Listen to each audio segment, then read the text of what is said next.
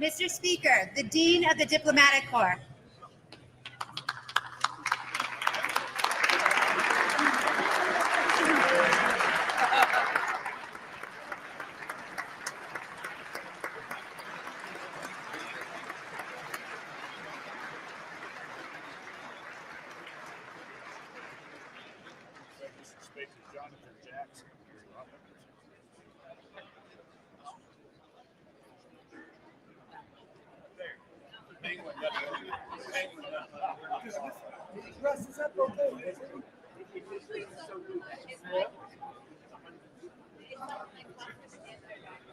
My wife loves this bracelet.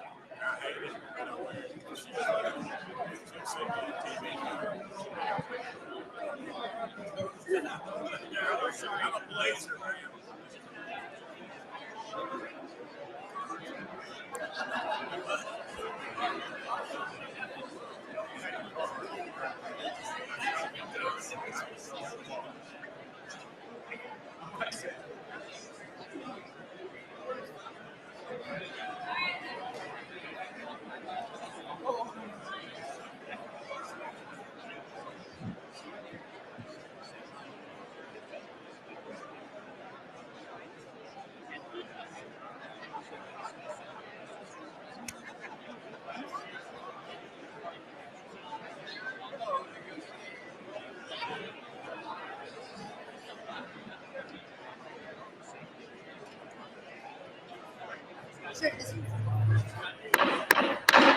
Mr. Speaker, the Chief Justice and Associate Justices of the United States Supreme Court.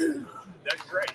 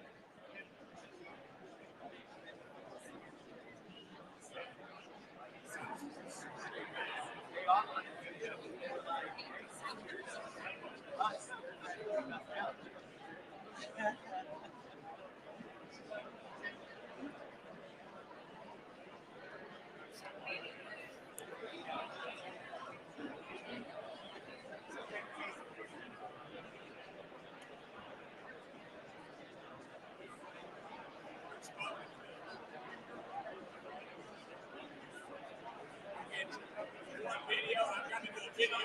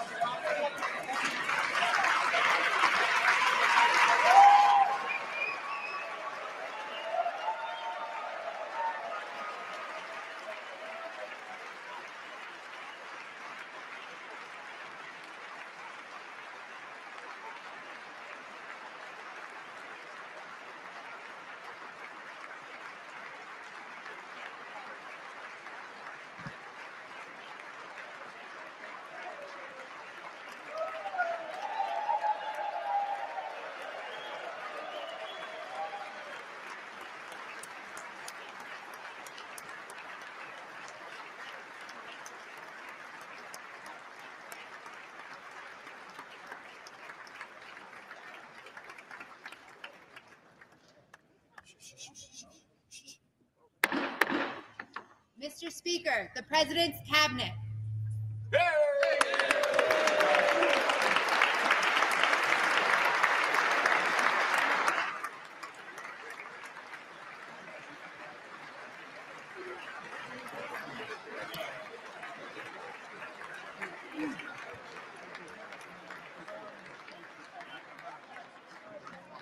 That's true. I should have done way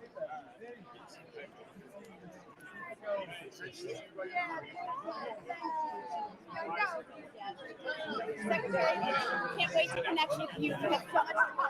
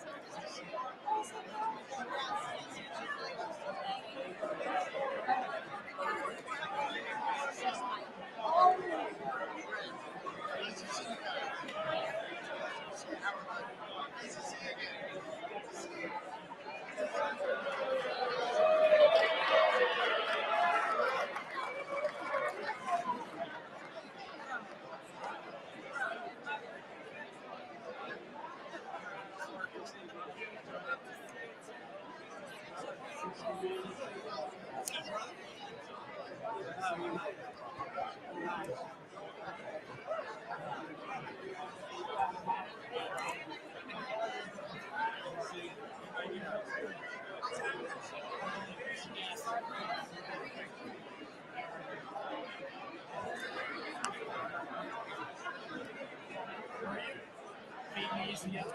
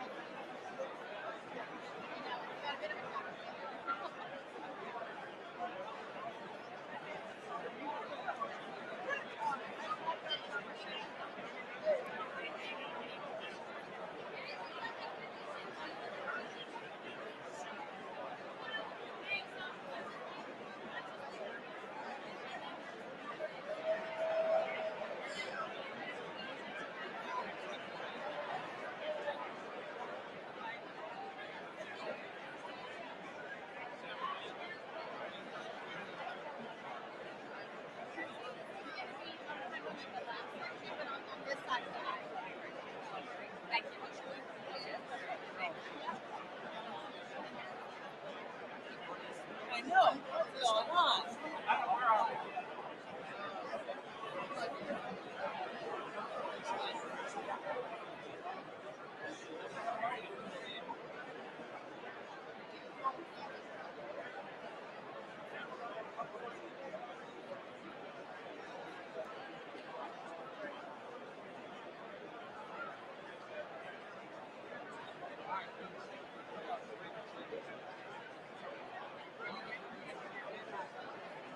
Actually, I saw him this morning. It's late on my back. It's like a 50-pound day.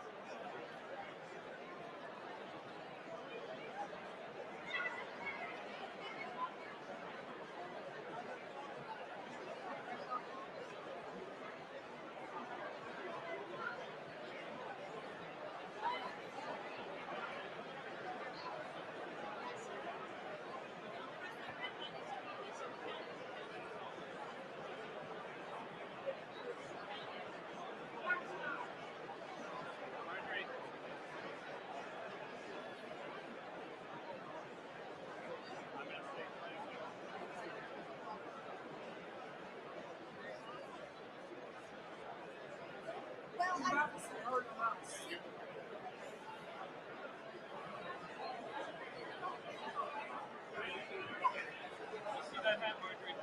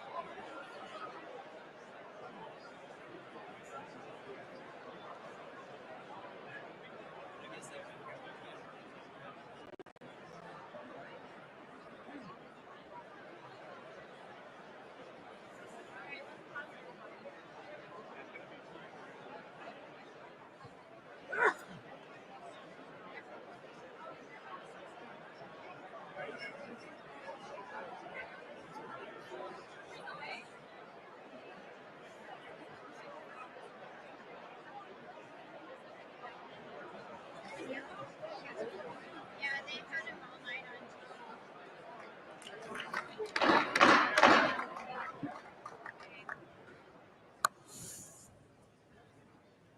Mr. Speaker, the President of the United States.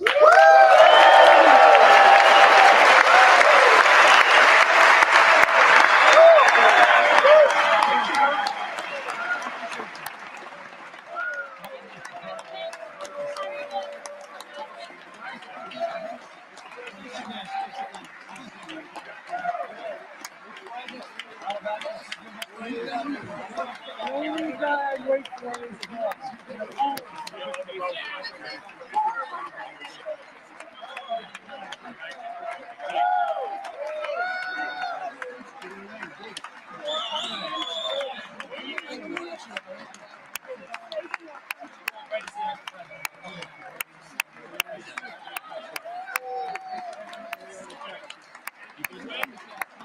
Mr. President.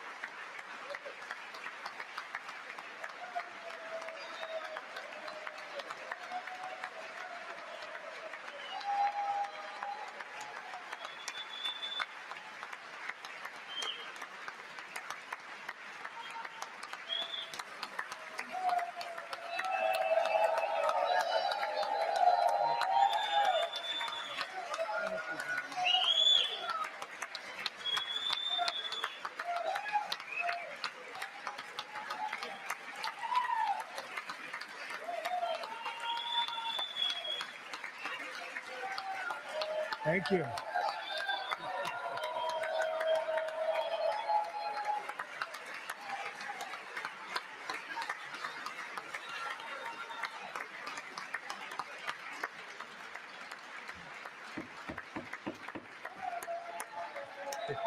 Thank you very much. Thank you very much.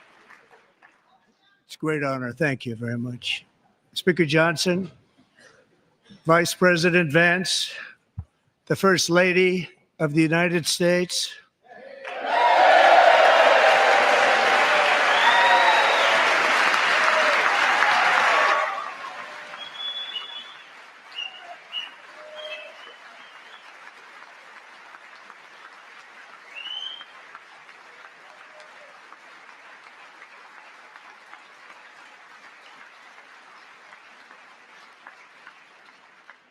members of the United States Congress, thank you very much.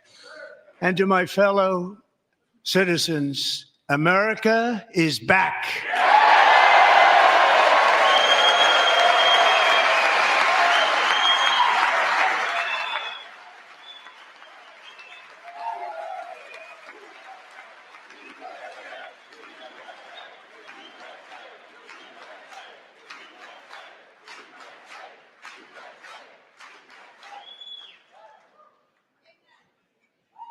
Six weeks ago, I stood beneath the dome of this Capitol and proclaimed the dawn of the golden age of America.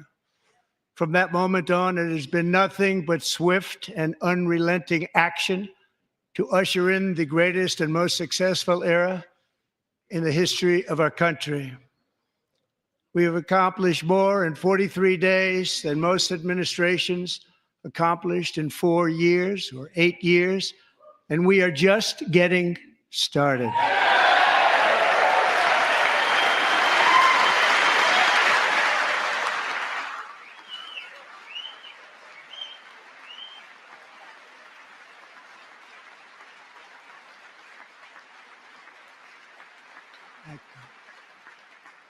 I return to this chamber tonight to report that America's momentum is back, our spirit is back, our pride is back, our confidence is back, and the American dream is surging bigger and better than ever before.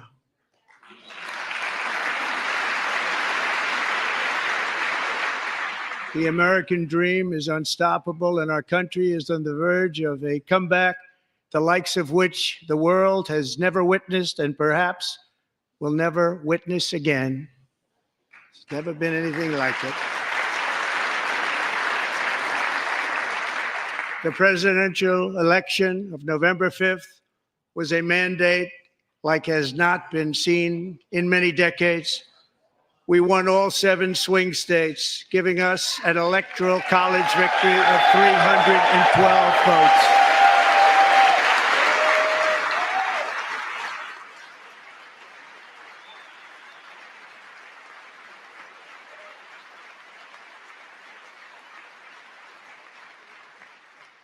We won the popular vote by big numbers and won counties in our country.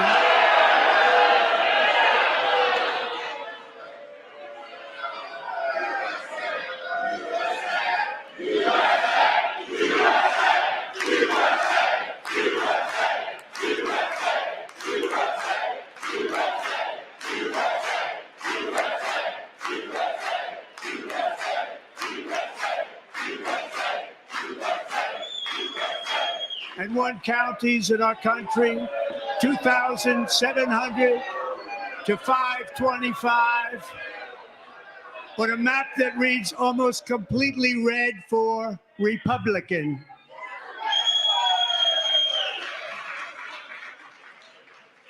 Now, for the first time in modern history, more Americans believe that our country is headed in the right direction than the wrong direction. In fact, it's an astonishing record, 27-point swing, the most ever.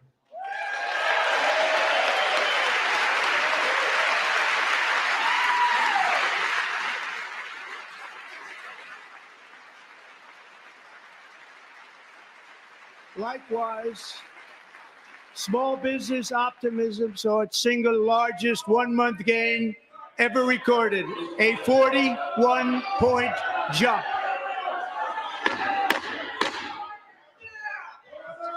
Members are directed to uphold and maintain decorum in the House and to cease any further disruptions. That's your warning.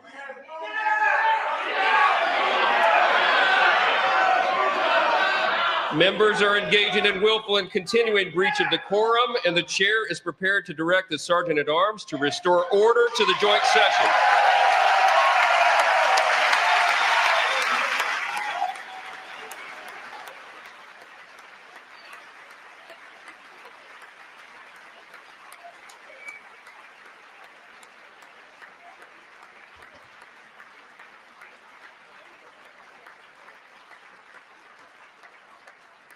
Mr. Green, take your seat. Take your seat, sir. Take your seat.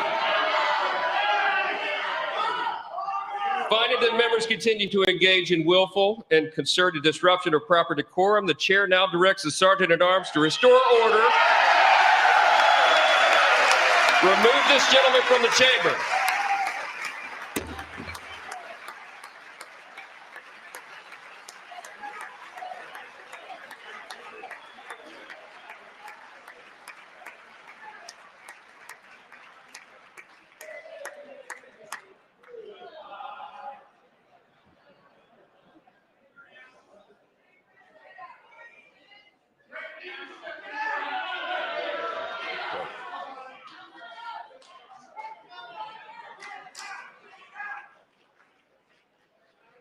Members are directed to uphold and maintain decorum in the House. Mr. President, you continue. Thank you. Over the past 6 weeks, I have signed nearly 100 executive orders and taken more than 400 executive actions, a record, to restore common sense, safety, optimism, and wealth all across our wonderful land. The people elected me to do the job, and I'm doing it.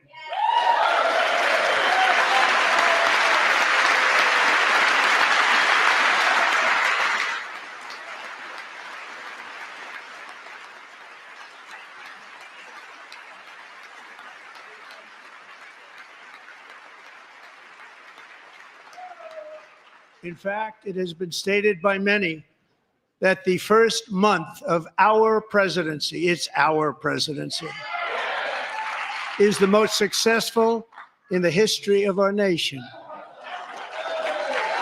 By many.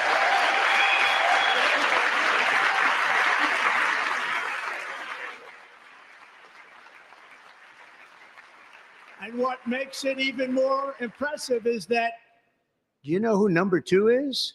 George Washington. How about that? How about that? I don't know about that list, but we'll take it.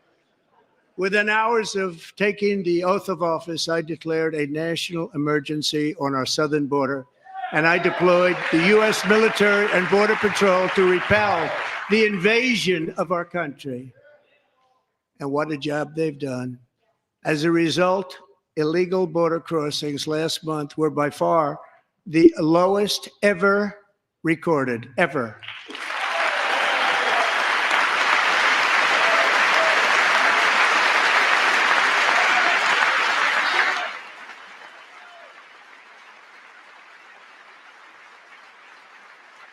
They heard my words and they chose not to come. Much easier that way. In comparison, under Joe Biden, the worst president in American history, there were hundreds of thousands of illegal crossings a month, and virtually all of them, including murderers, drug dealers, gang members, and people from mental institutions and insane asylums, were released into our country. Who would want to do that? This is my 5th such speech to Congress. And once again, I look at the Democrats in front of me, and I realize there is absolutely nothing I can say to make them happy or to make them stand or smile or applaud. Nothing I can do. I could find a cure to the most devastating disease, a disease that would wipe out entire nations, or announce the answers to the greatest economy in history, or the stoppage of crime to the lowest levels ever recorded. And these people sitting right here will not clap, will not stand, and certainly will not cheer for these astronomical achievements. They won't do it, no matter what. Five times I've been up here. It's very sad, and it just shouldn't be this way.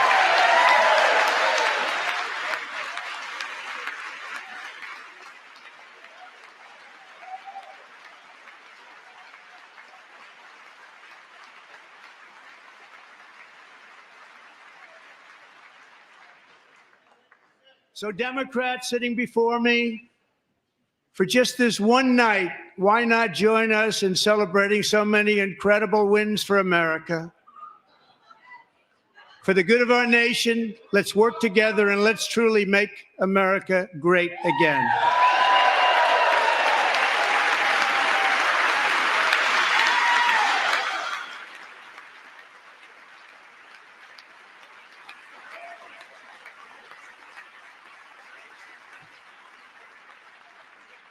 Every day, my administration is fighting to deliver the change America needs to bring a future that America deserves, and we're doing it. This is a time for big dreams and bold action. Upon taking office, I imposed an immediate freeze on all federal hiring, a freeze on all new federal regulations, and a freeze on all foreign aid.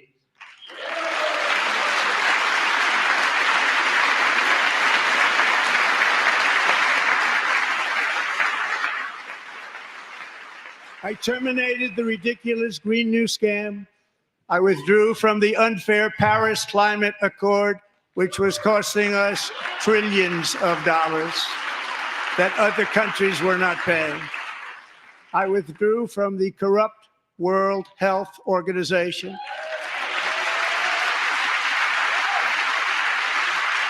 And I also withdrew from the anti-American UN Human Rights Council.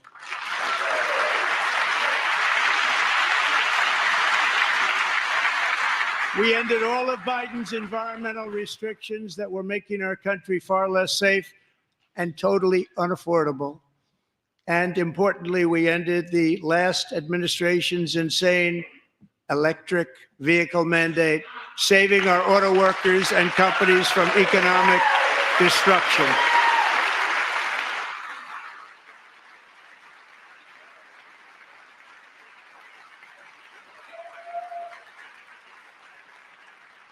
To unshackle our economy, I have directed that for every one new regulation, 10 old regulations must be eliminated, just like I did in my very successful first term.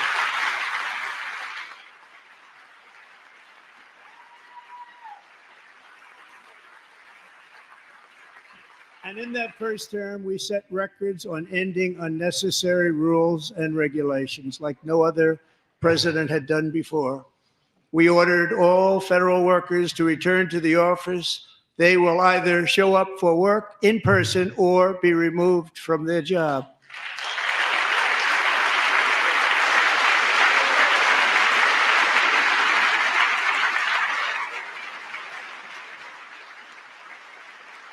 And we've ended weaponized government where, as an example, a sitting president is allowed to viciously prosecute his political opponent, like me.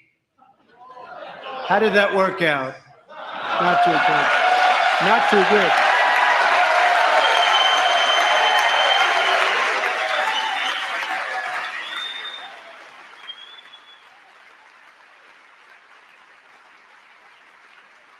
And I have stopped all government censorship and brought back free speech in America. It's back.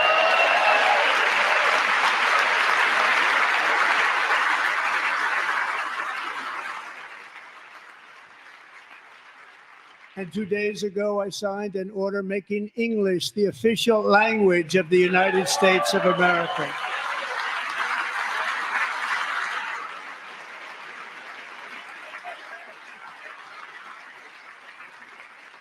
I renamed the Gulf of Mexico the Gulf of America.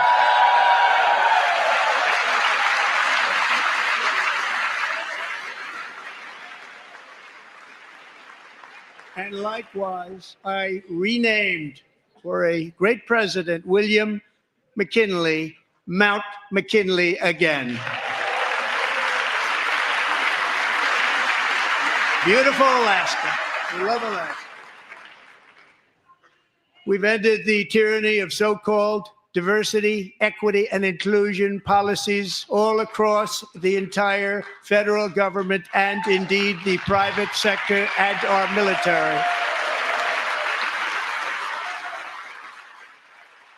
And our country will be woke no longer.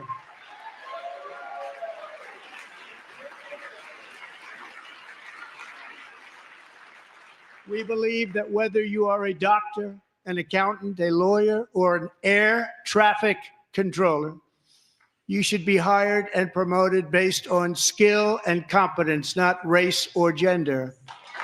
Very important.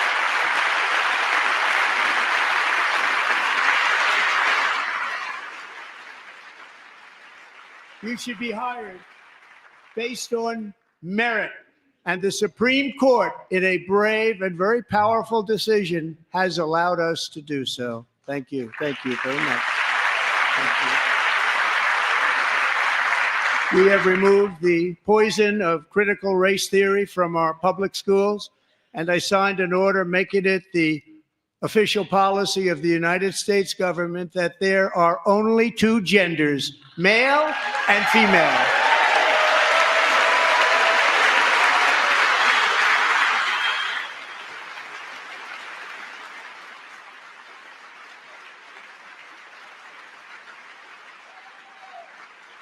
I also signed an executive order to ban men from playing in women's sports.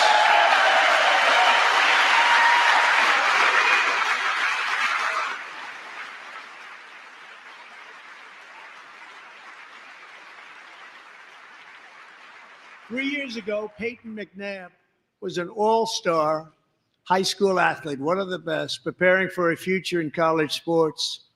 But when her girls' volleyball match was invaded by a ball so hard in Peyton's face, causing traumatic brain injury, partially paralyzing her right side, and ending her athletic career, it was a shot like she's never seen before. She's never seen anything like it. Peyton is here tonight in the gallery, and Peyton, from now on, schools will kick the men off the girls' team, or they will lose all federal funding.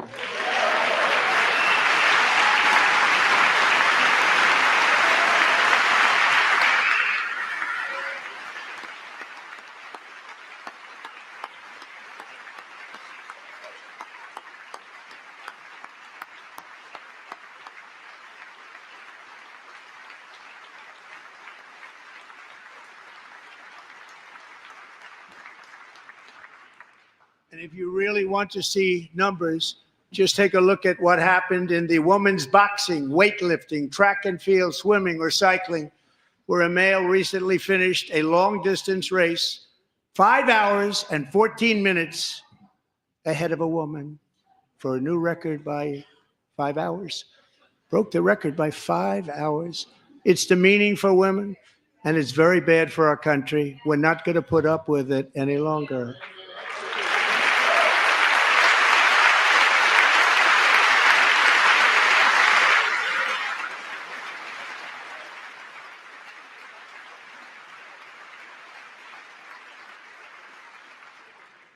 What I have just described is only a small fraction of the common sense revolution that is now, because of us, sweeping the entire world. Common sense has become a common theme, and we will never go back. Never. Never going to let that happen. Among my very highest priorities is to rescue our economy and get dramatic and immediate relief to working families. As you know, we inherited from the last administration an economic catastrophe and an inflation nightmare. Their policies drove up energy prices, pushed up grocery costs, and drove the necessities of life out of reach for millions and millions of Americans. They've never had anything like it. We suffered the worst inflation in 48 years, but perhaps even in the history of our country. They're not sure. As president, I'm fighting every day to reverse this damage and make America affordable again.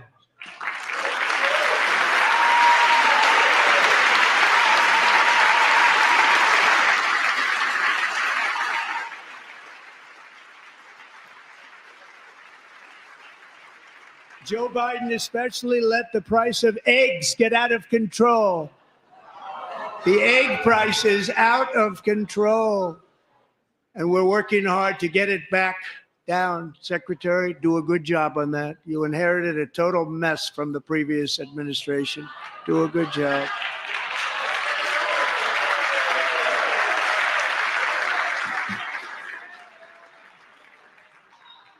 A major focus of our fight to defeat inflation is rapidly reducing the cost of energy. The previous administration cut the number of new oil and gas leases by 95%, slowed pipeline construction to a halt, and closed more than 100 power plants. We are opening up many of those power plants right now.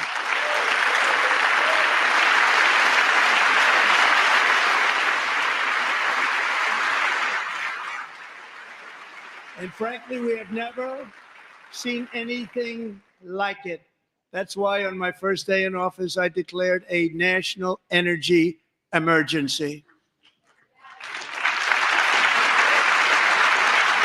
As you've heard me say many times, we have more liquid gold under our feet than any nation on earth, and by far.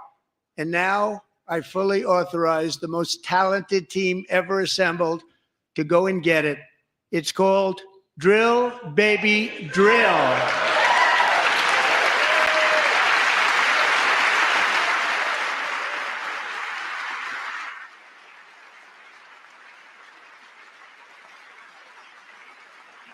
My administration is also working on a gigantic natural gas pipeline in Alaska, among the largest in the world, where Japan, South Korea, and other nations want to be our partner with investments of trillions of dollars each. There's never been anything like that one. It will be truly spectacular. It's all set to go. The permitting is gotten. And later this week, I will also take historic action to dramatically expand production of critical minerals and rare earths here in the USA.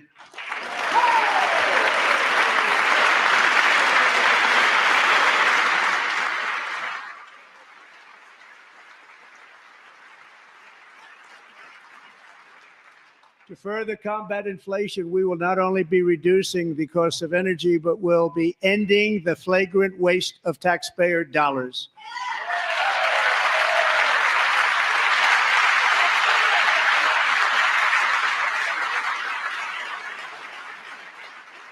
And to that end, I have created the brand new Department of Government Efficiency, DOGE. Perhaps you've heard of it. Perhaps.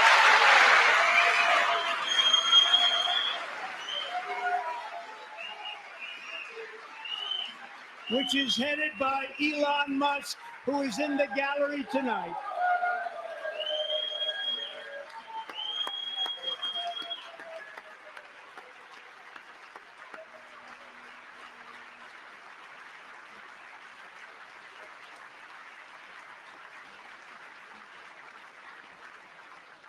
Thank you, Elon. He's working very hard. He didn't need this.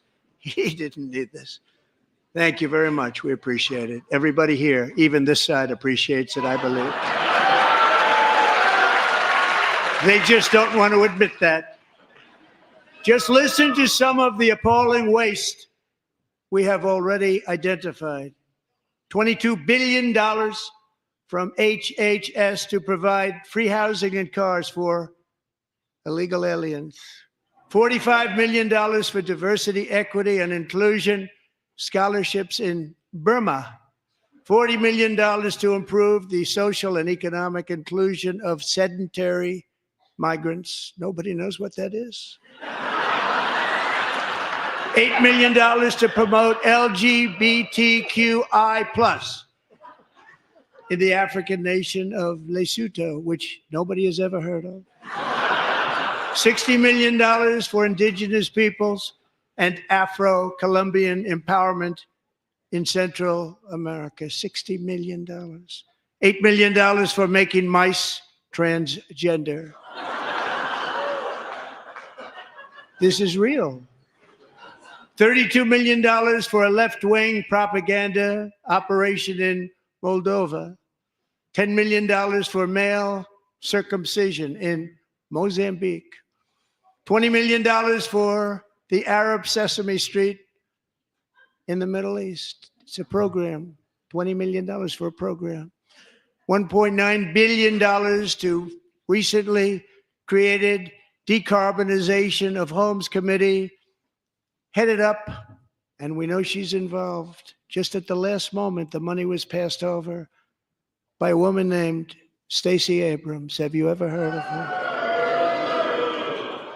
A $3.5 million consulting contract for lavish fish monitoring. $1.5 million for voter confidence in Liberia. $14 million for social cohesion in Mali. $59 million for illegal alien hotel rooms in New York City. He's a real estate developer. He's done very well. $250,000 to increase vegan local climate action innovation in Zambia. $42 million for social and behavior change in Uganda. $14 million for improving public procurement in Serbia. $47 million for improving learning outcomes in Asia. Asia's doing very well with learning. You know what we're doing. should use it ourselves. And $101 million for DEI contracts at the Department of Education, the most ever paid, nothing even like it. Under the Trump administration, all of these scams, and they're far worse, but I didn't think it was appropriate to talk about them. They're so bad. Many more have been found out and exposed and swiftly terminated by a group of very intelligent, mostly young people, headed up by Elon, and we appreciate it. We found hundreds of billions of dollars of fraud.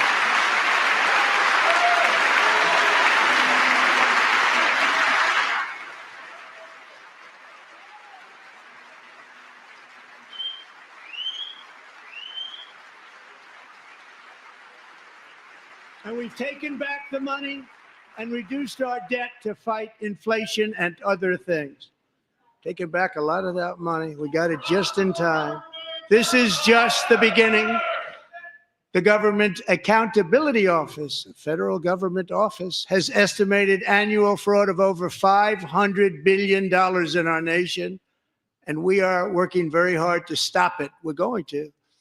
We're also identifying shocking levels of incompetence and probable fraud in the Social Security program for our seniors, and that our seniors and people that we love rely on. Believe it or not, government databases list 4.7 million Social Security members from people aged 100 to 109 years old. It lists 3.6 million people from ages 110 to 119. I don't know any of them. I know some people that are rather elderly, but not quite that elderly. 3.47 million people from ages 120 to 129. 3.9 million people from ages 130 to 139. 3.5 million people from ages 140 to 149. And money is being paid to many of them. And we're searching right now. In fact, Pam, good luck. Good luck. You're going to find it. But a lot of money is paid out to people because it just keeps getting paid, and nobody does. And it really hurts Social Security and hurts our country. 1.3 million people from ages 150 to 159, and over 130,000 people, according to the Social Security databases, are age over 160 years old. We have a healthier country than I thought, Bobby.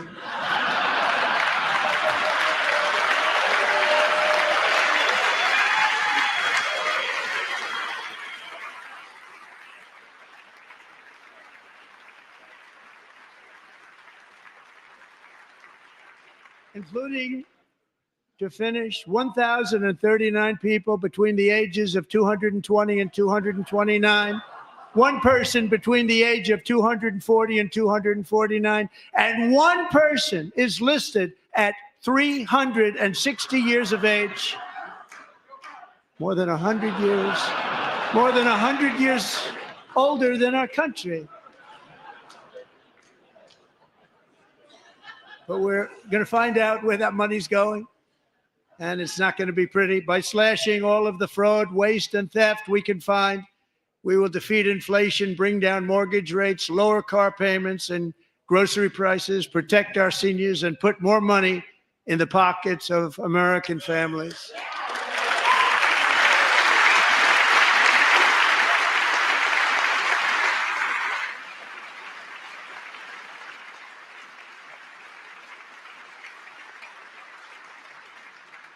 And today, interest rates took a beautiful drop, big, beautiful drop. It's about time. And in the near future, I want to do what has not been done in 24 years, balance the federal budget. We're going to balance it.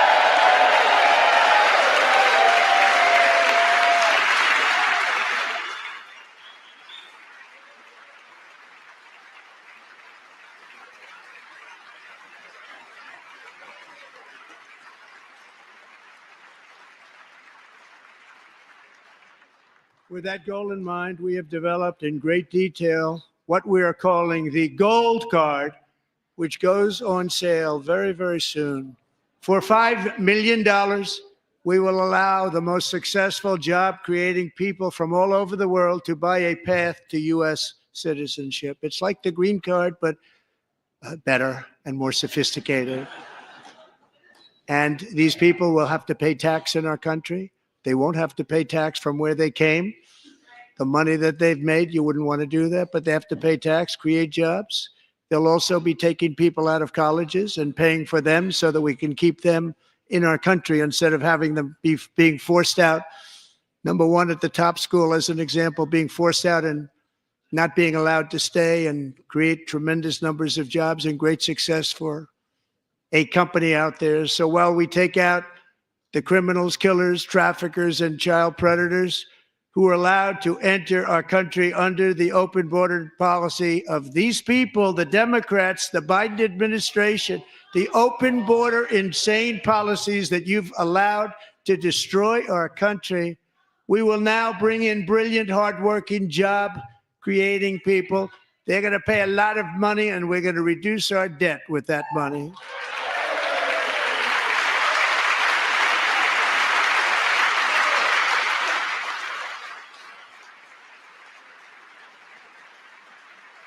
Americans have given us a mandate for bold and profound change.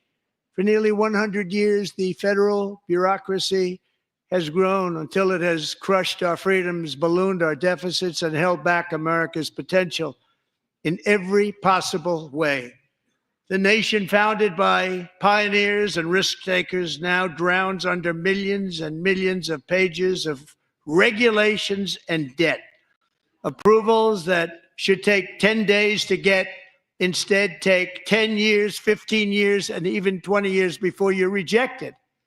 Meanwhile, we have hundreds of thousands of federal workers who have not been showing up to work. My administration will reclaim power from this unaccountable bureaucracy, and we will restore true democracy to America again.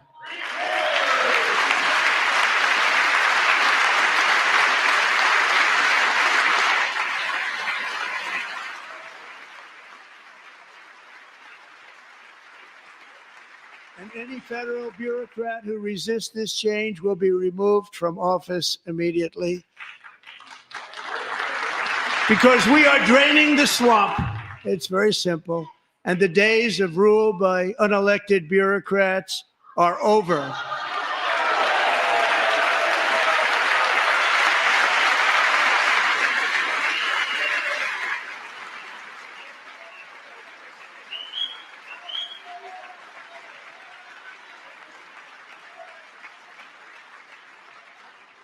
And the next phase of our plan to deliver the greatest economy in history is for this Congress to pass tax cuts for everybody. They're in there. They're waiting for you to vote. And I'm sure that the people on my right, I don't mean the Republican right, but my right here, I'm sure you're going to vote for those tax cuts, because otherwise I don't believe the people will ever vote you into office. So I'm doing you a big favor by telling you that. But I know this group is going to be voting for the tax.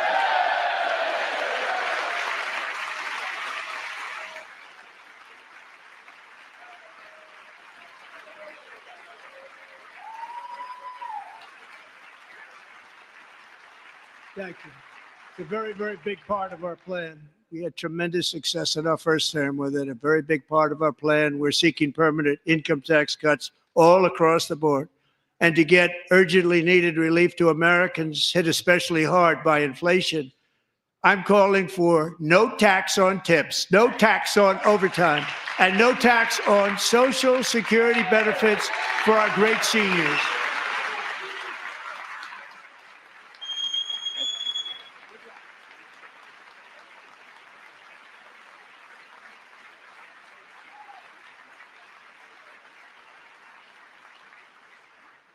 And I also want to make interest payments on car loans tax deductible, but only if the car is made in America.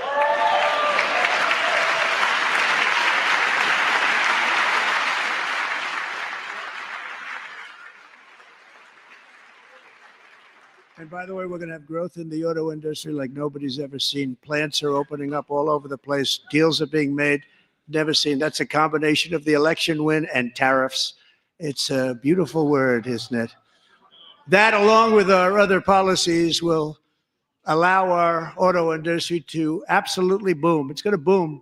Spoke to the majors today, all three, the top people, and they're so excited. In fact, already numerous car companies have announced that they will be building massive automobile plants in America, with Honda just announcing a new plant in Indiana, one of the largest anywhere in the world.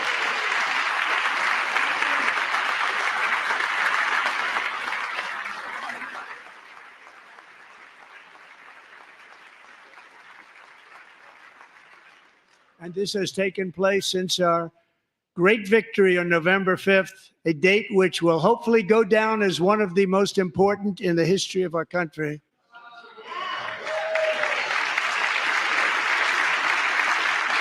In addition, as part of our tax cuts, we want to cut taxes on domestic production and all manufacturing. And just as we did before, we will provide 100% expensing. It will be retroactive to January 20th, 2025. And it was one of the main reasons why our tax cuts were so successful in our first term, giving us the most successful economy in the history of our country. First term. We had a great first term.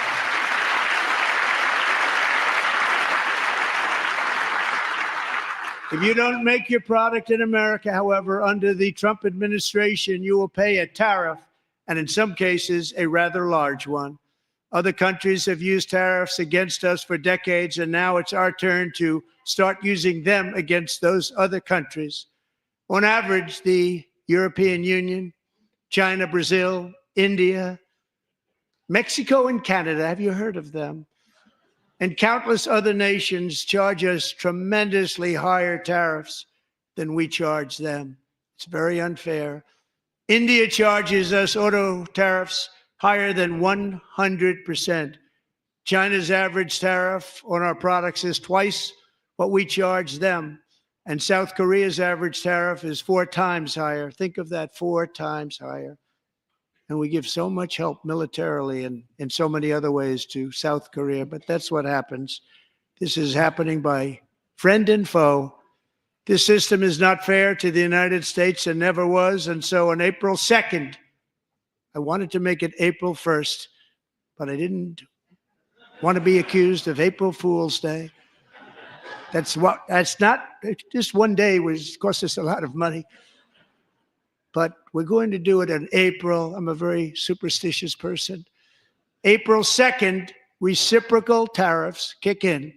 And whatever they tariff us, other countries, we will tariff them. That's reciprocal, back and forth. Whatever they tax us, we will tax them. If they do non-monetary tariffs to keep us out of their market, then we will do non-monetary barriers to keep them out of our market. There's a lot of that, too. They don't even allow us in their market. We will take in trillions and trillions of dollars and create jobs like we have never seen before. I did it with China, and I did it with others, and the Biden administration couldn't do anything about it because there was so much money they couldn't do anything about it. We have been ripped off for decades by nearly every country on earth, and we will not let that happen any longer.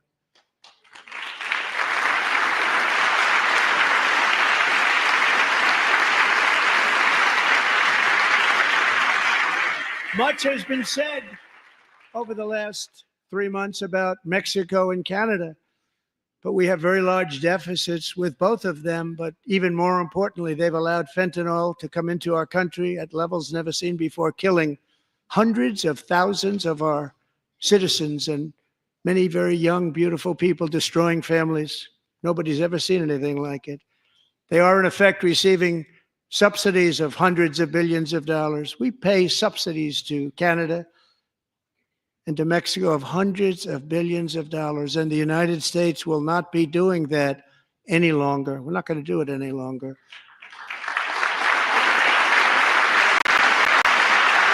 Thanks to our America First policies we're putting into place, we have had $1.7 trillion of new investment in America in just the past few weeks. The combination of the election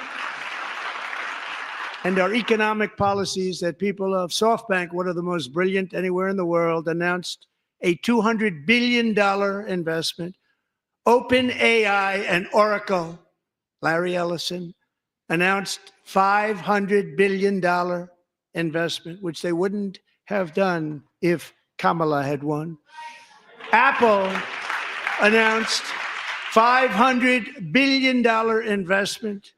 Tim Cook called me. He said, I cannot spend it fast enough. It's going to be much higher than that, I believe. They'll be building their plants here instead of in China. And just yesterday, Taiwan Semiconductor, the biggest in the world, most powerful in the world, has a tremendous amount, 97% of the market, announced a $165 billion investment to build the most powerful chips on earth right here in the USA.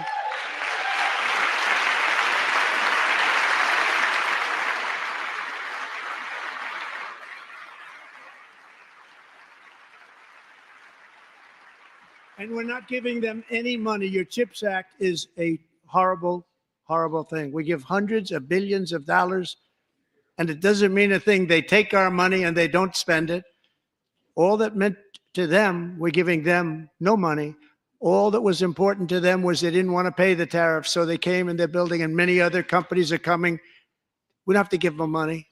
We just want to protect our businesses and our people. And they will come because they won't have to pay tariffs if they build in America. So it's very amazing. You should get rid of the CHIP Act, and whatever's left over, Mr. Speaker, you should use it to reduce debt or any other reason you want to.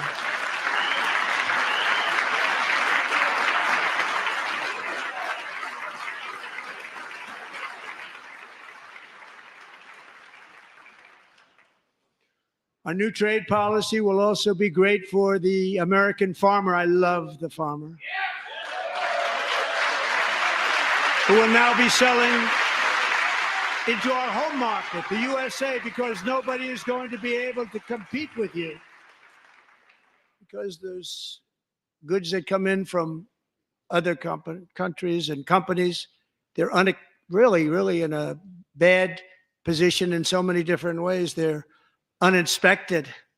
They may be very dirty and disgusting, and they come in and they pour in and they hurt our American farmers. The tariffs will go on agricultural product coming into America, and our farmers, starting on April 2nd, it may be a little bit of an adjustment period. We had that before when I made the deal with China, $50 billion of purchases, and I said, just bear with me, and they did. They did. Probably have to bear with me again, and this will be even better. That was great. The problem with it was that Biden didn't enforce it. He didn't enforce it. $50 billion of purchases, and we were doing great, but Biden did not enforce it, and it hurt our farmers. But our farmers are going to have a field day right now. So to our farmers, have a lot of fun. I love you too. I love you too. It's all going to happen.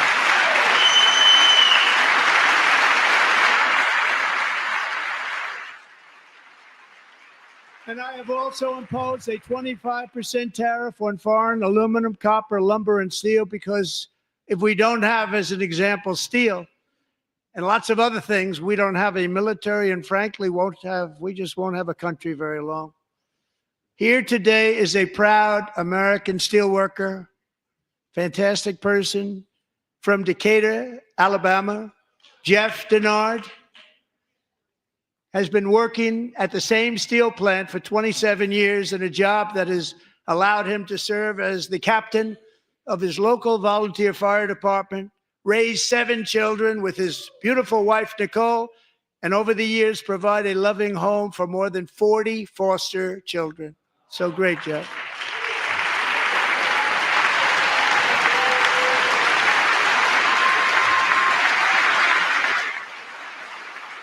Thank you, Jeff. Thank you, Jeff.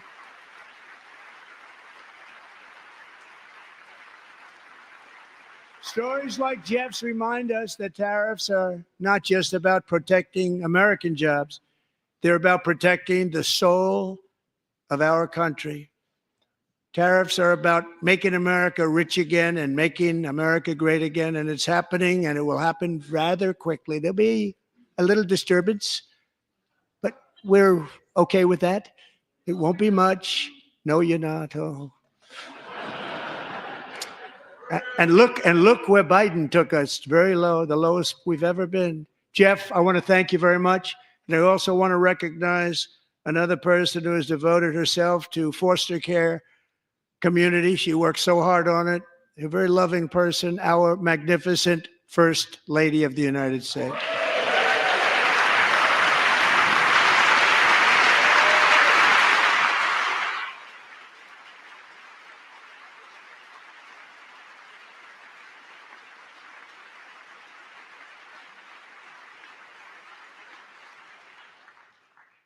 Melania's work has yielded incredible results, helping prepare our nation's future leaders as they enter the workforce. Our First Lady is joined by two impressive young women, very impressive. Haley Ferguson, who benefited from the First Lady's Fostering the Future initiative and is poised to complete her education and become a teacher. And Elliston Berry, who became a victim of an illicit deepfake image produced by a peer. With Elliston's help, the Senate just passed the Take It Down Act, and this is so important. Thank you very much, John. John Thune, thank you. Stand up, John. Thank you, John.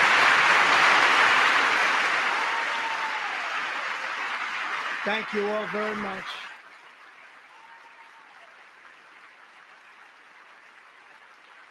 Thank you. And thank you to John Thune and the Senate. Great job. To criminalize the publication of such images online is terrible, terrible thing. And once it passes the House, I look forward to signing that bill into law. Thank you. And I'm going to use that bill for myself, too, if you don't mind. Because nobody gets treated worse than I do online. Nobody. That's great. Thank you very much to the Senate. Thank you. But if we truly care about protecting Americans' children, no step is more crucial than securing America's borders. Over the past 4 years, 21 million people poured into the United States. Many of them were murderers, human traffickers, gang members, and other criminals from the streets of dangerous cities all throughout the world. Because of Joe Biden's insane and very dangerous open border policies, they are now strongly embedded in our country, but we are getting them out and getting them out fast.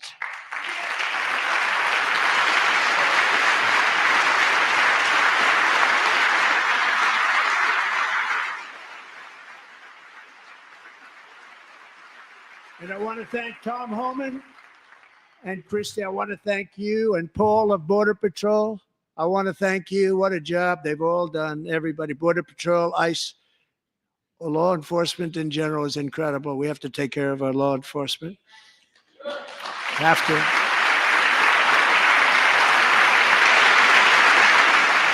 Last year,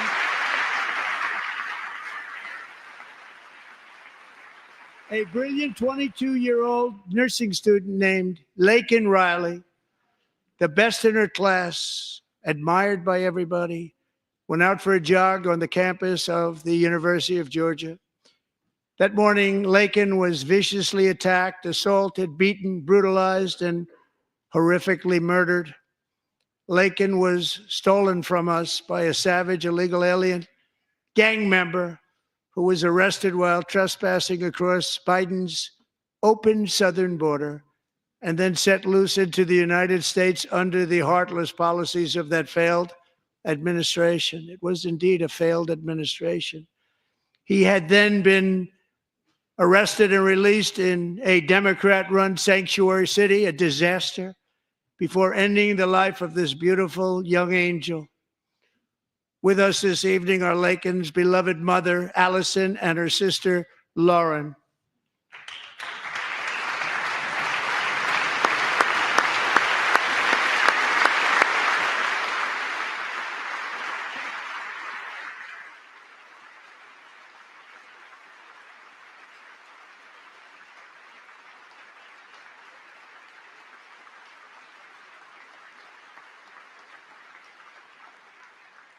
Last year, I told Lakin's grieving parents that we would ensure their daughter would not have died in vain. That's why the very first bill I signed into law as your 47th president mandates the detention of all dangerous criminal aliens who threaten public safety.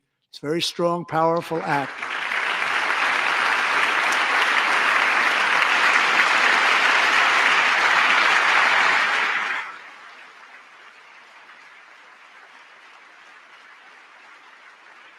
It's called the Lakin-Riley Act.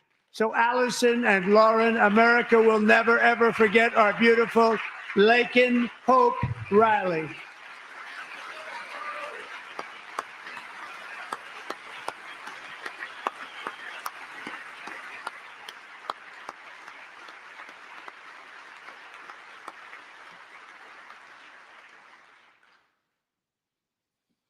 Thank you very much.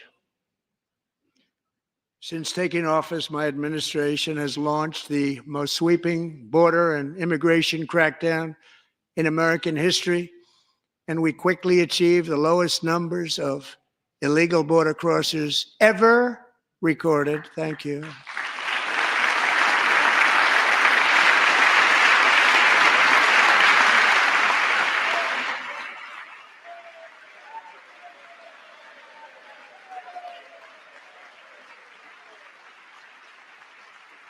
The media and our friends in the Democrat Party kept saying we needed new legislation. We must have legislation to secure the border.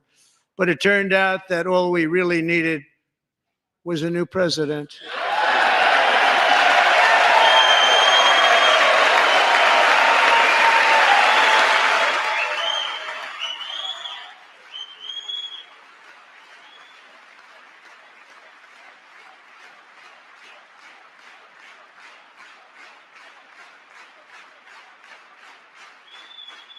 Thank you. Joe Biden didn't just open our borders, he flew illegal aliens over them to overwhelm our schools, hospitals, and communities throughout the country. Entire towns like Aurora, Colorado, and Springfield, Ohio, buckled under the weight of the migrant occupation and corruption like nobody's ever seen before. Beautiful towns destroyed. Now, just as I promised in my inaugural address, we are achieving the great liberation of America.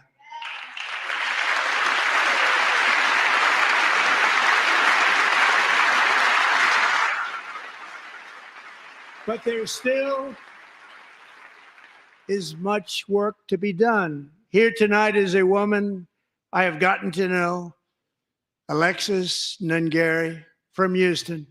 Wonderful woman. Last June, Alexis's 12-year-old daughter, her precious Jocelyn, walked to a nearby convenience store. She was kidnapped, tied up, assaulted for 2 hours under a bridge, and horrifically murdered. Arrested and charged with this heinous crime are 2 illegal alien monsters from Venezuela, released into America by the last administration through their ridiculous open border.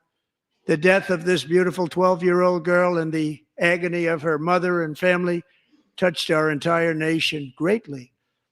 Alexis, I promised that we would always remember your daughter, your magnificent daughter. And earlier tonight, I signed an order keeping my word to you. One thing I have learned about Jocelyn is that she loved animals so much. She loved nature. Across Galveston Bay, from where Jocelyn lived in Houston, you will find a magnificent national wildlife refuge, a pristine, peaceful, 34,000-acre sanctuary for all of God's creatures on the edge of the Gulf of America. Alexis, moments ago, I formally renamed that refuge in loving memory of your beautiful daughter, Jocelyn. So, Mr. Vice President, if you would, may I have the order?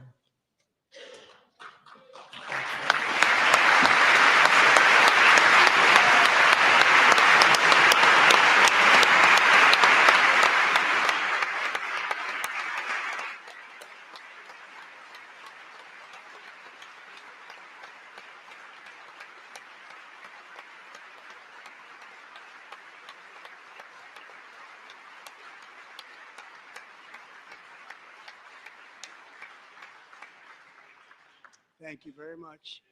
All three savages charged with Jocelyn and Lakin's murders were members of the Venezuelan prison gang, the toughest gang, they say, in the world, known as Tren de Aragua. 2 weeks ago, I officially designated this gang, along with MS-13 and the bloodthirsty Mexican drug cartels, as foreign terrorist organizations.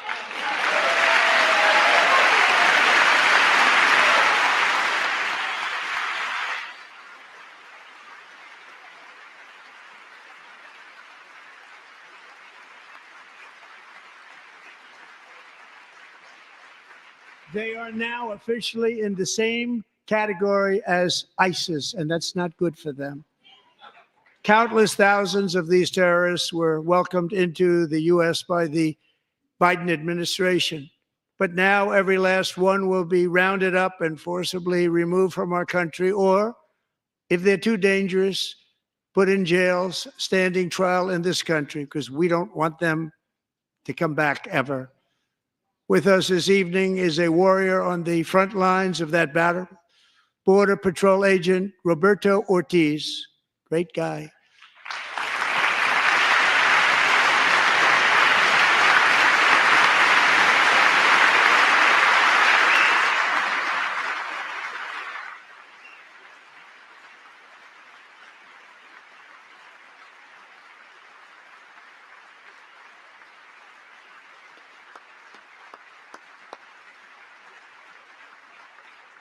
In January, Roberto and another agent were patrolling by the Rio Grande near an area known as Cartel Island. Doesn't sound too nice to me. When heavily armed gunmen started shooting at them, Roberto saw that his partner was totally exposed, at great danger, and he leapt into action, returning fire and providing crucial seconds for his fellow agent to seek safety, just barely. I have some of the prints of that event, and it was not good. Agent Ortiz, we salute you for your great courage and for your line of fire that you took, and for the bravery that you showed. We honor you, and we will always honor you. Thank you, Roberto, very much.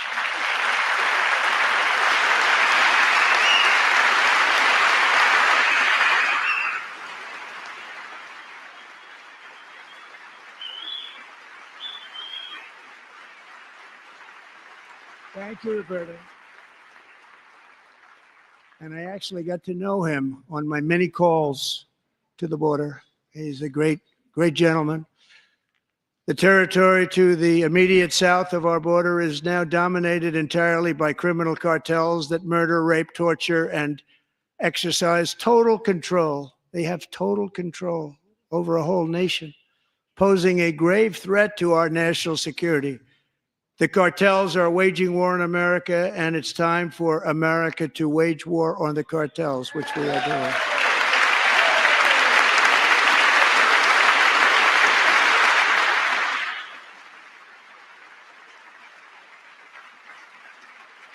Five nights ago, Mexican authorities, because of our tariff policies being imposed on them, think of this, handed over to us 29 of the biggest cartel leaders in their country. That has never happened before. They want to make us happy. First time ever.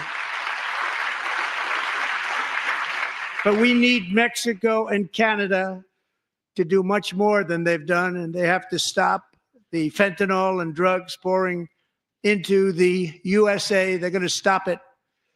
I have sent Congress a detailed funding request laying out exactly how we will eliminate these threats to protect our homeland and complete the largest deportation operation in American history, larger even than current record holder President Dwight D. Eisenhower, a moderate man, but someone who believed very strongly in borders. Americans expect Congress to send me this funding without delay so I can sign it into law. So, Mr. Speaker, John Thune, both of you, I hope you're going to be able to do that, Mr. Speaker. Thank you. Mr. Leader, thank you. Thank you very much. And let's get it to me. I'll sign it so fast, you won't even believe it.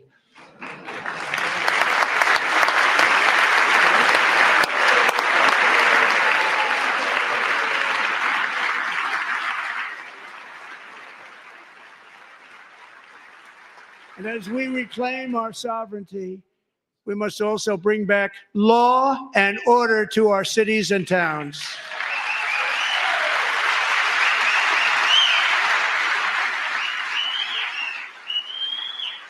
In recent years, our justice system has been turned upside down by radical left lunatics. Many jurisdictions virtually ceased enforcing the law against dangerous repeat offenders while weaponizing law enforcement against political opponents like me. My administration has acted swiftly and decisively to restore fair, equal, and impartial justice under the constitutional rule of law, starting at the FBI and the DOJ. Pam, good luck. Cash, wherever you may be, good luck. Good luck. Pam Bondi. Good luck. So important. Going to do a great job. Cash, thank you. Thank you, Cash.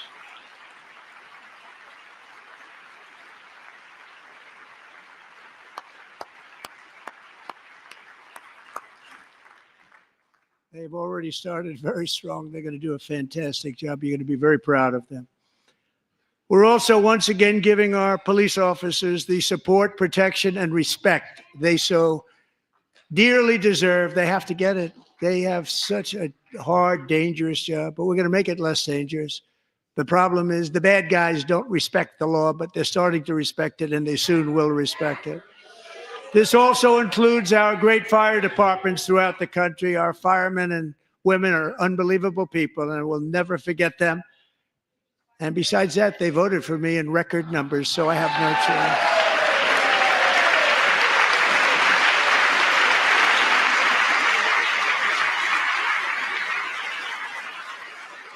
1 year ago this month, 31-year-old New York police officer Jonathan Diller, unbelievably wonderful person and a great officer, was gunned down at a traffic stop on Long Island. I went to his funeral. The vicious criminal charged with his murder had 21 prior arrests, and they were rough arrests, too. He was a real bad one. The thug in the seat next to him had 14 prior arrests and went by the name of Killer. He was Killer. He killed other people, they say, a lot of them. I attended Officer Diller's service, and when I met his wife and one-year-old son, Ryan, it was very inspirational, actually. His widow's name is Stephanie, and she is here tonight. Stephanie, thank you very much, Stephanie. Thank you very much.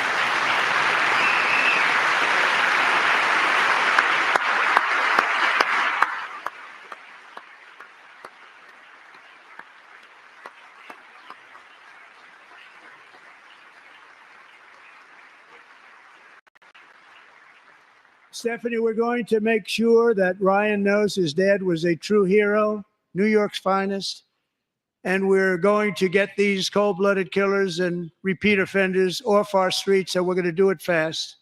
Got to stop it. They get out with 28 arrests. They push people into subway trains. They hit people over the head, back of the head with baseball bats. We got to get them out of here. I've already signed an executive order requiring a mandatory death penalty for anyone who murders a police officer. And tonight I'm asking Congress to pass that policy into permanent law.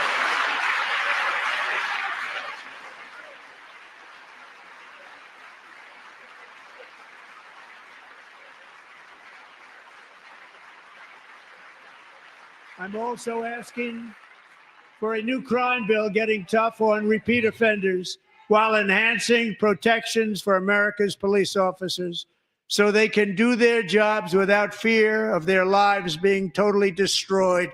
They don't want to be killed. We're not going to let them be killed. Joining us in the gallery tonight is a young man who truly loves our police. His name is DJ Daniel. He is 13 years old, and he has always dreamed of becoming a police officer.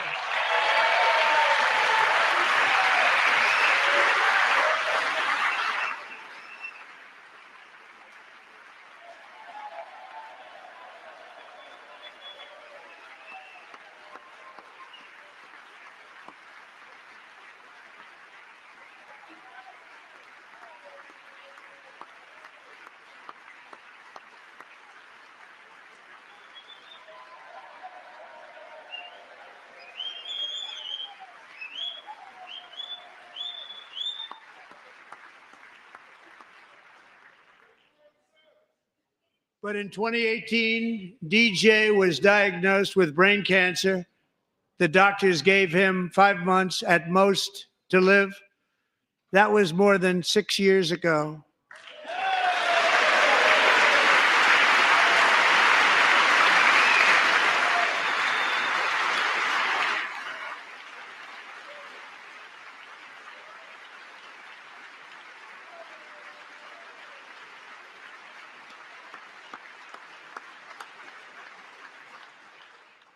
Since that time, DJ and his dad have been on a quest to make his dream come true, and DJ has been sworn in as an honorary law enforcement officer, actually a number of times. The police love him, the police departments love him. And tonight, DJ, we're going to do you the biggest honor of them all. I am asking our new Secret Service Director, Sean Curran, to officially make you an agent of the United States Secret Service.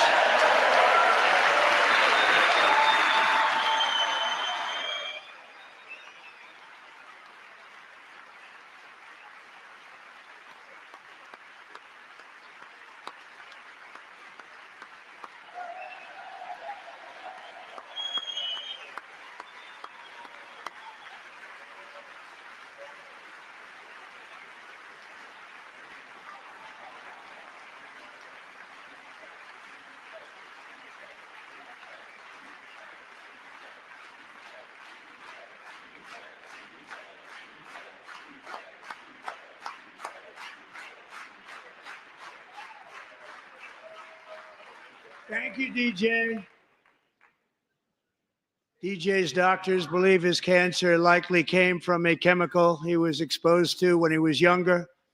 Since 1975, rates of child cancer have increased by more than 40%.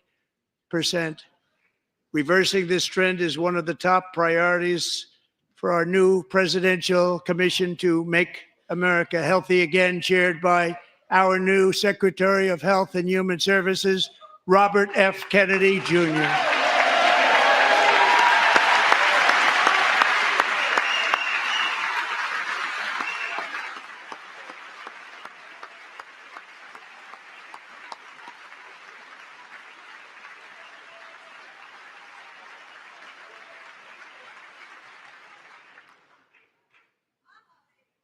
With the name Kennedy, you would have thought everybody over here would have been cheering. How quickly they forget.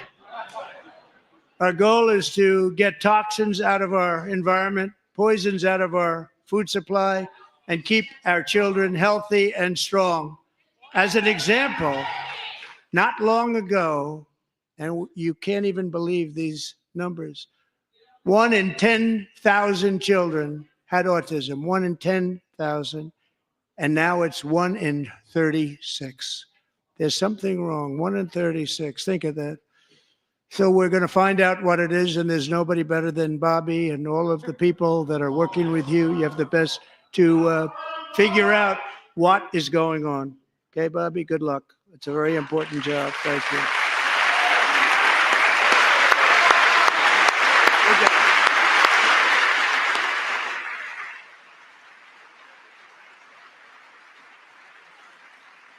Thank you. My administration is also working to protect our children from toxic ideologies in our schools. A few years ago, January Littlejohn and her husband discovered that their daughter's school had secretly socially transitioned their 13-year-old little girl. Teachers and administrators conspired to deceive January and her husband while encouraging her daughter to use a new name and pronouns. They, them pronoun, actually, all without telling January, who is here tonight and is now a courageous advocate against this form of child abuse. January, thank you. Thank you. Thank you very much.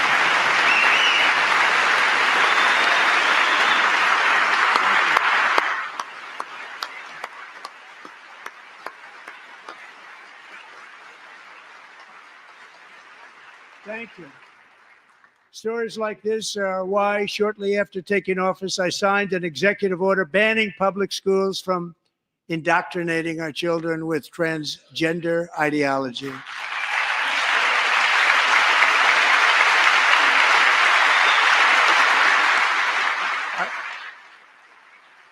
also signed an order to cut off all taxpayer funding to any institution that engages in the sexual mutilation of our youth.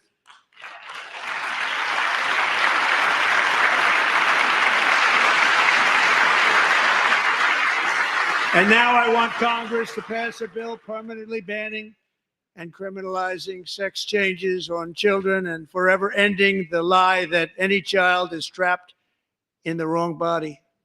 This is a big lie.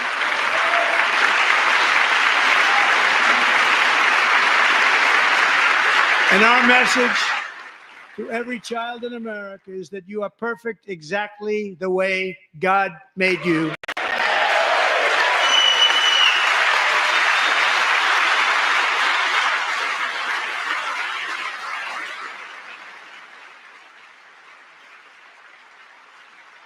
Because we're getting wokeness out of our schools and out of our military, and it's already out, and it's out of our society. We don't want it. Wokeness is trouble. Wokeness is bad. It's gone. It's gone. And we feel so much better for it, don't we? Don't we feel better? Our service members won't be activists and ideologues. They will be fighters and warriors. They will fight for our country. And Pete, congratulations. Secretary of Defense, congratulations.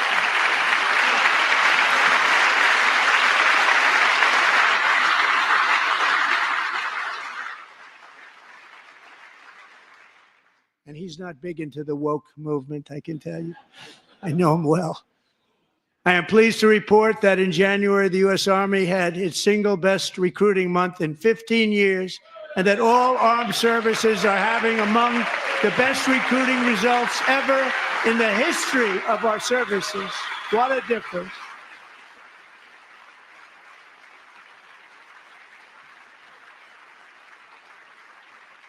And you know, it was just a few months ago where the results were exactly the opposite. We couldn't recruit anywhere. We couldn't recruit. Now we're having the best results just about that we've ever had. What a tremendous turnaround. It's really a beautiful thing to see. People love our country again. It's very simple. They love our country and they love being in our military again. So it's a great thing. And thank you very much. Great job. Thank you.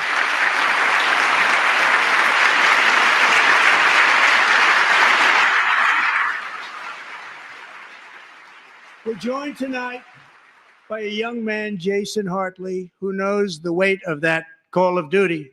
Jason's father, grandfather, and great-grandfather all wore the uniform. Jason tragically lost his dad, who was also a Los Angeles County Sheriff's deputy when he was just a boy, and now he wants to carry on the family legacy of service. Jason is a senior in high school, a six-letter varsity athlete, a really good athlete, they say, a brilliant student with a 4.46, that's good, GPA. And his greatest dream is to attend the U.S. Military Academy at West Point.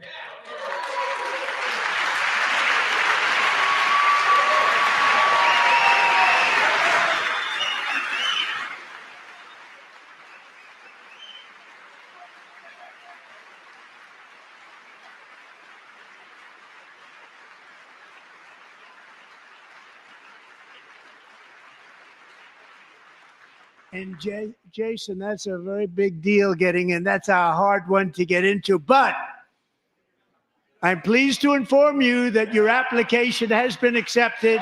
You will soon be joining the Corps of Cadets.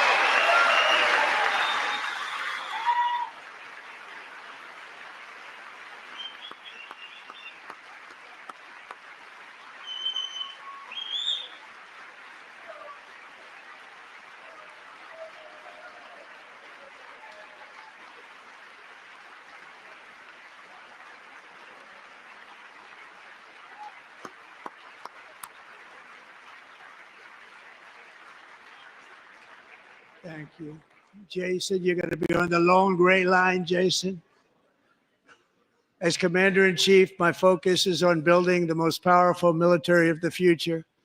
As a first step, I'm asking Congress to fund a state-of-the-art Golden Dome missile defense shield to protect our homeland, all made in the USA.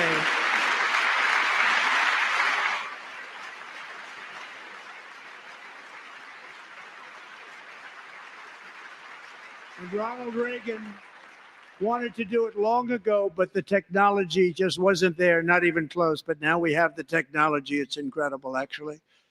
And other places they have it. Israel has it. Other places have it. And the United States should have it too, right, Tim, right? They should have it too. So I want to thank you. But it's a very, very important. This is a very dangerous world. We should have it. We want to be protected, and we're going to protect our citizens like never before. To boost our defense industrial base, we are also going to resurrect the American shipbuilding industry, including commercial shipbuilding and military shipbuilding.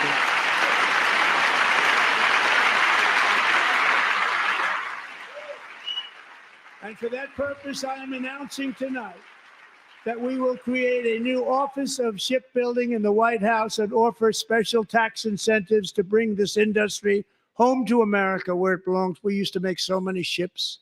We don't make them anymore very much, but we're going to make them very fast, very soon.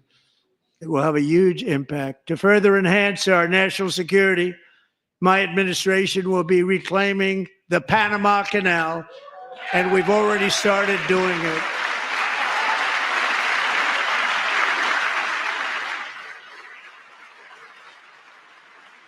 Just today, a large American company announced they are buying both ports around the Panama Canal and lots of other things having to do with the Panama Canal and a couple of other canals. The Panama Canal was built by Americans for Americans, not for others, but others could use it. But it was built at tremendous cost of American blood and treasure. 38,000 workers died building the Panama Canal. They died of malaria. They died of snake bites and mosquitoes. Not a nice place to work. They paid them very highly to go there, knowing there was a 25% chance that they would die. The most expensive project also that was ever built in our country's history, if you bring it up to modern day costs. It was given away by the Carter administration for $1. But that agreement has been violated very severely. We didn't give it to China. We gave it to Panama, and we're taking it back.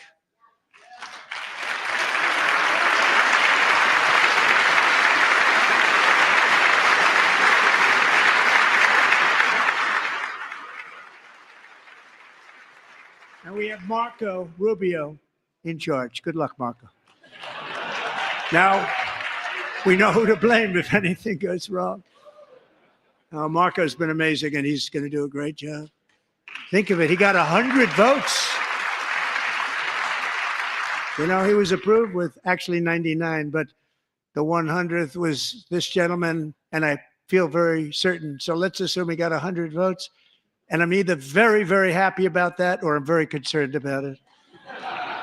But he's already proven. I mean, he's a great gentleman. He's respected by everybody, and we appreciate you voting for Marco. He's going to do a fantastic job. Thank you. Thank you. He's doing a great job. Great job. And I also have a message tonight for the incredible people of Greenland. We strongly support your right to determine your own future. And if you choose, we welcome you into the United States of America. We need Greenland for national security and even international security. And we're working with everybody involved to try and get it. But we need it really for international world security. And I think we're going to get it. One way or the other, we're going to get it. We will keep you safe. We will make you rich, and together we will take Greenland to heights like you have never thought possible before. It's a very small population, but very, very large piece of land and very, very important for military security. America is once again standing strong against the forces of radical Islamic terrorism. 3.5 years ago, ISIS terrorists killed 13 American service members and countless others in the Abbey Gate bombing during the disastrous and incompetent withdrawal from Afghanistan. Not that they were withdrawing, it was the way they withdrew. Perhaps the most embarrassing moment in the history of our country. Tonight, I am pleased to announce that we have just apprehended the top terrorist responsible for that atrocity, and he is right now on his way here to face the swift sword of American justice.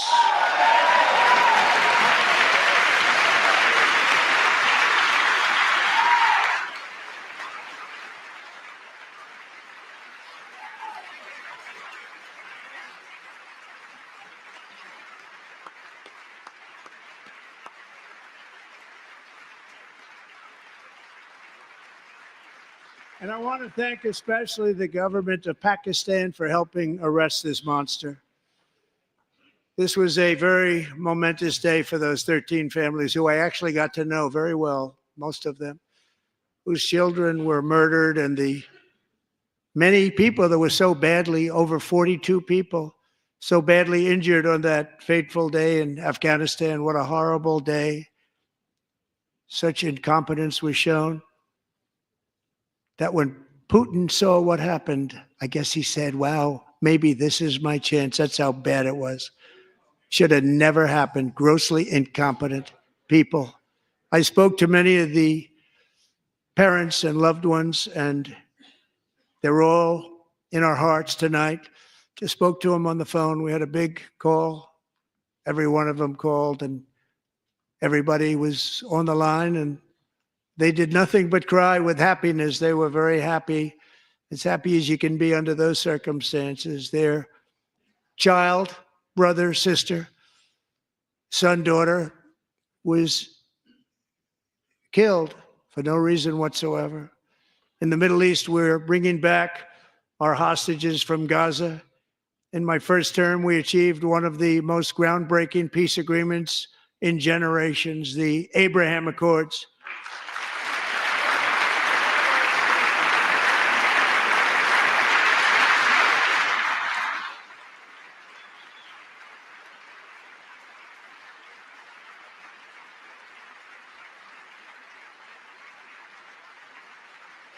And now we're going to build on that foundation to create a more peaceful and prosperous future for the entire region. A lot of things are happening in the Middle East. People have been talking about that so much lately with everything going on with Ukraine and Russia.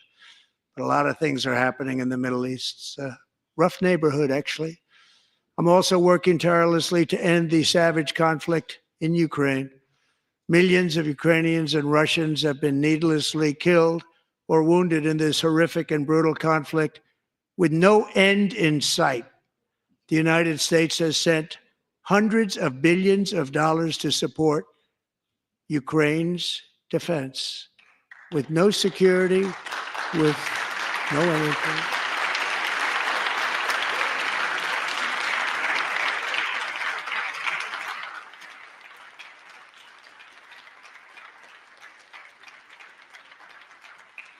Do you want to keep it going for another 5 years? Yeah, you would say Pocahontas says yes.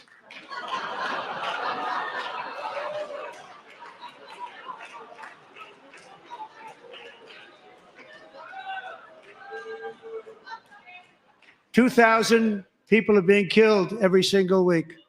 More than that. They're Russian young people. They're Ukrainian young people. They're not Americans. But I want it to stop. Meanwhile, Europe has sadly spent more money buying Russian oil and gas than they have spent on defending Ukraine, by far. Think of that. They've spent more buying Russian oil and gas than they have defending. And we've spent perhaps $350 billion, like taking candy from a baby. That's what happened. And they've spent $100 billion. What a difference that is. And we have an ocean separating us, and they don't. But we're getting along very well with them, and lots of good things are happening.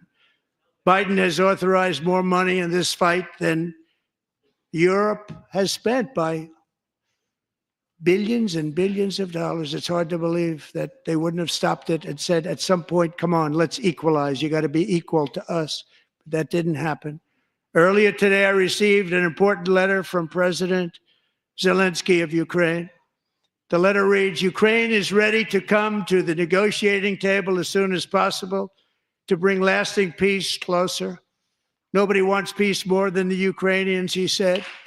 My team and I stand ready to work under President Trump's strong leadership to get a peace that lasts. We do really value how much America has done to help Ukraine maintain its sovereignty and independence. Regarding the agreement on minerals and security, Ukraine is ready to sign it at any time that is convenient for you. I appreciate that he sent this letter, just got it a little while ago. Simultaneously, we've had serious discussions with Russia and have received strong signals that they are ready for peace. Wouldn't that be beautiful? Wouldn't that be beautiful?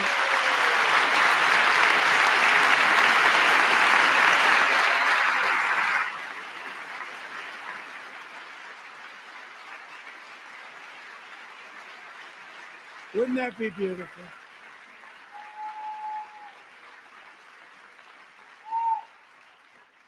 It's time to stop this madness. It's time to halt the killing. It's time to end this senseless war. If you want to end wars, you have to talk to both sides. Nearly 4 years ago, amid rising tensions, a history teacher named Mark Fogel was detained in Russia and sentenced to 14 years in a penal colony. Rough stuff. The previous administration barely lifted a finger to help him. They knew he was innocent, but they had no idea where to begin. But last summer, I promised his 95-year-old mother, Malphine, that we would bring her boy safely back home. After 22 days in office, I did just that, and they are here tonight.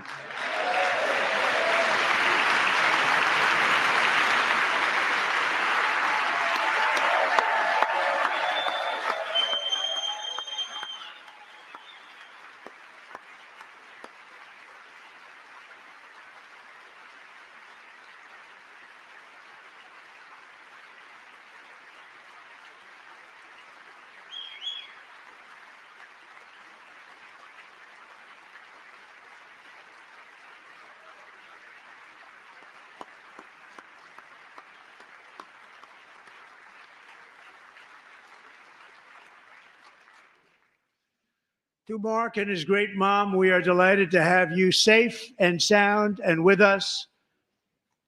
As fate would have it, Mark Fogel was born in a small rural town in Butler, Pennsylvania. Have you heard of it? Where his mother has lived for the past 78 years. I just happened to go there last July 13th for a rally. That was not pleasant. And that is where I met his beautiful mom right before I walked onto that stage. And I told her I would not forget what she said about her son. And I never did I? Never forgot. Less than 10 minutes later, at that same rally, gunfire rang out, and a sick and deranged assassin unloaded 8 bullets from his sniper's perch into a crowd of many thousands of people. My life was saved by a fraction of an inch, but some were not so lucky. Corey Comparator was a firefighter, a veteran, a Christian, a husband, a devoted father, and above all, a protector. When the sound of gunshots pierced the air, it was a horrible sound. Corey knew instantly what it was and what to do. He threw himself on top of his wife and daughters and shielded them from the bullets with his own body.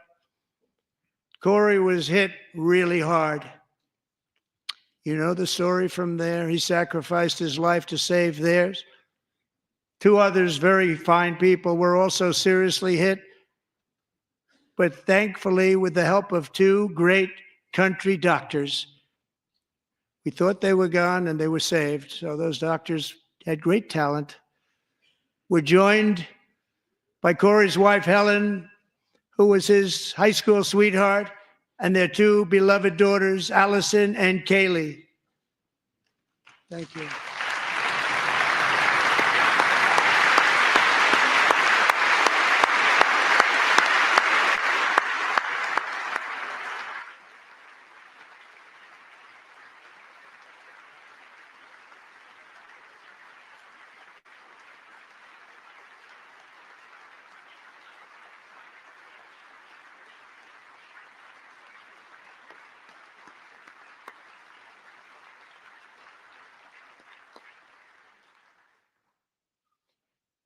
To Helen, Allison, and Kaylee, Corey is looking down on his three beautiful ladies right now, and he is cheering you on. He loves you. He is cheering you on. Corey was taken from us much too soon, but his destiny was to leave us all with a shining example of the selfless devotion of a true American patriot. It was love like Corey's that built our country, and it's love like Corey's that is going to make our country more majestic than ever before. I believe that my life was saved that day in Butler for a very good reason. I was saved by God to make America great again. I believe that. Thank you.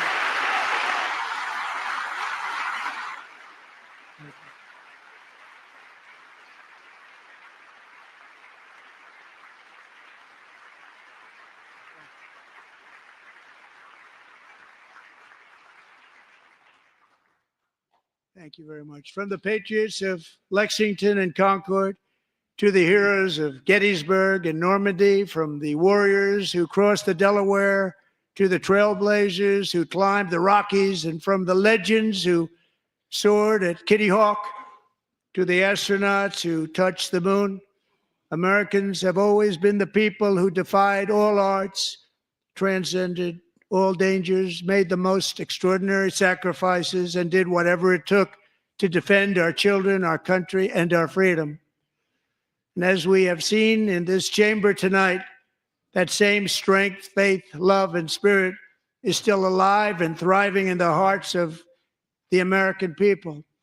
Despite the best efforts of those who would try to censor us, silence us, break us, destroy us, Americans are today a proud, free, sovereign, and independent nation that will always be free, and we will fight for it till death. We will never let anything happen to our beloved country, because we are a country of doers, dreamers, fighters, and survivors. Our ancestors crossed a vast ocean, strode into the unknown wilderness, and carved their fortunes from the rock and soil of a perilous and very dangerous frontier. They chased our destiny across a boundless continent. They built the railroads, laid the highways, and graced the world with American marvels like the Empire State Building, the mighty Hoover Dam, and the towering Golden Gate Bridge. They lit the world with electricity, broke free of the force of gravity, fired up the engines of American industry, vanquished the communists, fascists, and Marxists all over the world, and gave us countless modern wonders sculptured out of iron, glass, and steel.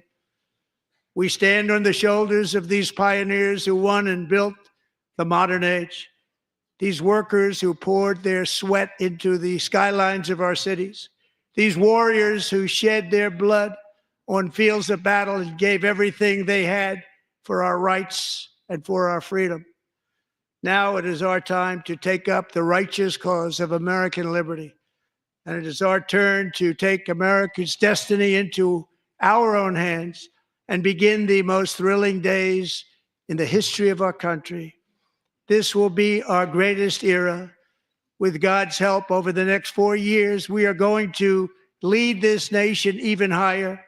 And we are going to forge the freest, most advanced, most dynamic, and most dominant civilization ever to exist on the face of this earth. We are going to create the highest quality of life, build the safest and wealthiest and healthiest and most vital communities anywhere in the world. We are going to conquer the vast frontiers of science, and we're going to lead humanity into space and plant the American flag on the planet Mars and even far beyond.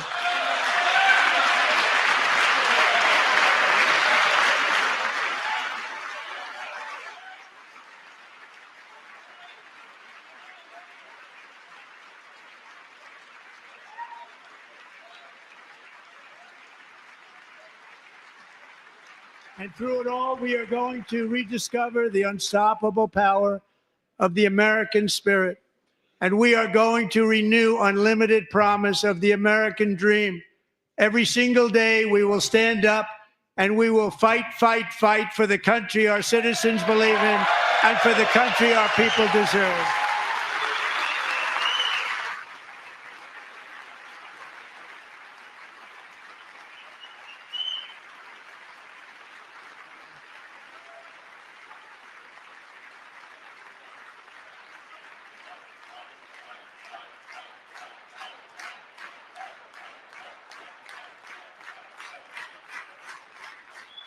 My fellow Americans, get ready for an incredible future, because the golden age of America has only just begun. It will be like nothing that has ever been seen before. Thank you. God bless you, and God bless America.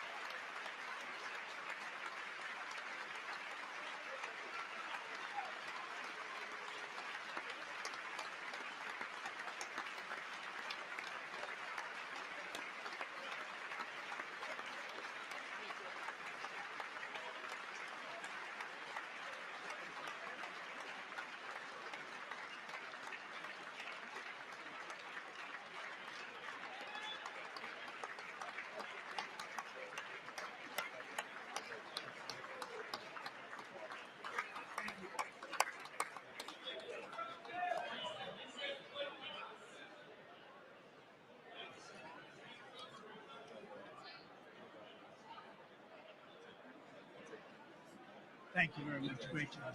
Thank you. Great honor. Thank you very much. Thank you. Get this place going. All right? Thank you. It's a great honor. Thank you. Thank you, Mr. President. Thank you very much. Thank you very much. Appreciate it.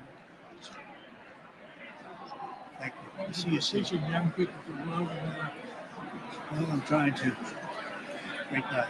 Thank you. Best for your family. Thank you. Thank you very much. Appreciate it. Thank you again. Thank you again. Don't forget. So good. Yeah, it's good. So good, sir. Thank you. Best. Terrific, Mr. Really good. It's really about outstanding. Thank you. Yes, sir. Thank you. Good job, Mr. President. Thanks. Thank We you. got this great. Mr. President, one of your best speeches. Thanks again, Mr. President. Thank you, Mr. President. Thanks for the phone call last night, too. Thank you. Absolutely. You know that. Thank you for me.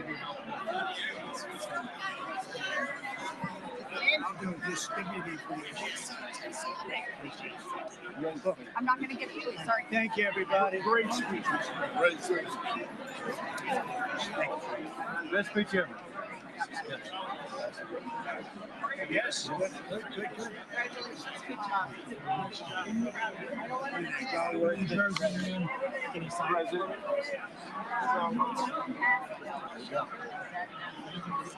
President Roger Williams, thanks for the call. I love Roger Williams. Thank you. You don't have to introduce yourself. Thank you, sir. Mr. President. I know you better than you do, Roger. Thank you so much. It's my great baseball. America Good is, job. Great job you're doing. America is back. Thank you so much. Welcome you back to Pennsylvania anytime, sir. They stood for. Thank you all. They stood for another country, not our country. That was phenomenal. It's hard to believe, isn't it? That was fantastic, sir. That was amazing. Thank you very much. Thank you. Thank you very much. Quick selfie. Mr. President. Good job, Mr. President. Great job. Thank you so much. Great speech, sir. Great speech. Yes, For sir. President back to Pennsylvania. Oh, they're just like careful. I was saying, absolutely. Good job, Mr. President.